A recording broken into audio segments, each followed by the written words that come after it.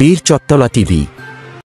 আসসালামু আলাইকুম। বীর চট্টলা টিভি থেকে আমন্ত্রণ জানাচ্ছি আমি তানিশা সুলতানা আফিফা। ঈদ পরবর্তী চট্টগ্রামের নেতাকর্মী ও সাংবাদিকদের সাথে শুভেচ্ছা ও মতবিনিময় করেন বিএনপির স্থায়ী কমিটির সদস্য আমির খসরু মাহমুদ চৌধুরী। এ সময় বীর চট্টলা টিভির সাংবাদিক বিগত বছরের তুলনায় এবারের ঈদ কেমন কেটেছে জানতে চাইলে আমির খসরু মাহমুদ চৌধুরী বলেন, এবারের ঈদ দেশবাসী ও বিএনপির নেতাকর্মীদের জন্য ছিল এক অন্যরকম উৎসবের আনন্দের। সংখ্যাহীন ছিল, না ছিল কোনো আওয়ামী পুলিশের হয়রানির ভয়ভীতি। তিনি আরো বলেন, এবারের ঈদ দেশবাসী উৎসবমুখর পরিবেশে উদযাপন করতে পেরেছে। নেতাকর্মীরা আমাদের সাথে ঈদের আনন্দ ভাগাভাগি করতে পারছে, যা ফ্যাসিবাদী হাসিনা সরকারের আমলে করা যেত না। এছাড়াও নির্বাচন সরকার ও আগামীর বাংলাদেশ কেমন হবে জানতে চাইলে আমির খসরু মাহমুদ চৌধুরী বলেন, আমরা আশা করি আগামী নির্বাচন হবে অবাধ, সুষ্ঠু, গ্রহণযোগ্য ও নিরপেক্ষ।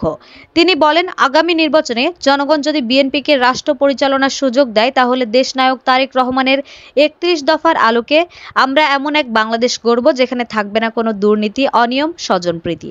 অর্থনৈতিকভাবে সমৃদ্ধি হবে বাংলাদেশ, অর্থনৈতিকভাবে বিশ্ব দরবারে ঘুরে দাঁড়াবে স্বাধীন ও সোনার বাংলাদেশ। আমাদের আরো আপডেট খবর পেতে চোখ রাখুন বীর চট্টলা টিভির পর্দায়। ফেসবুকে ফলো, ইউটিউবে সাবস্ক্রাইব করুন। বীর চট্টলা টিভি।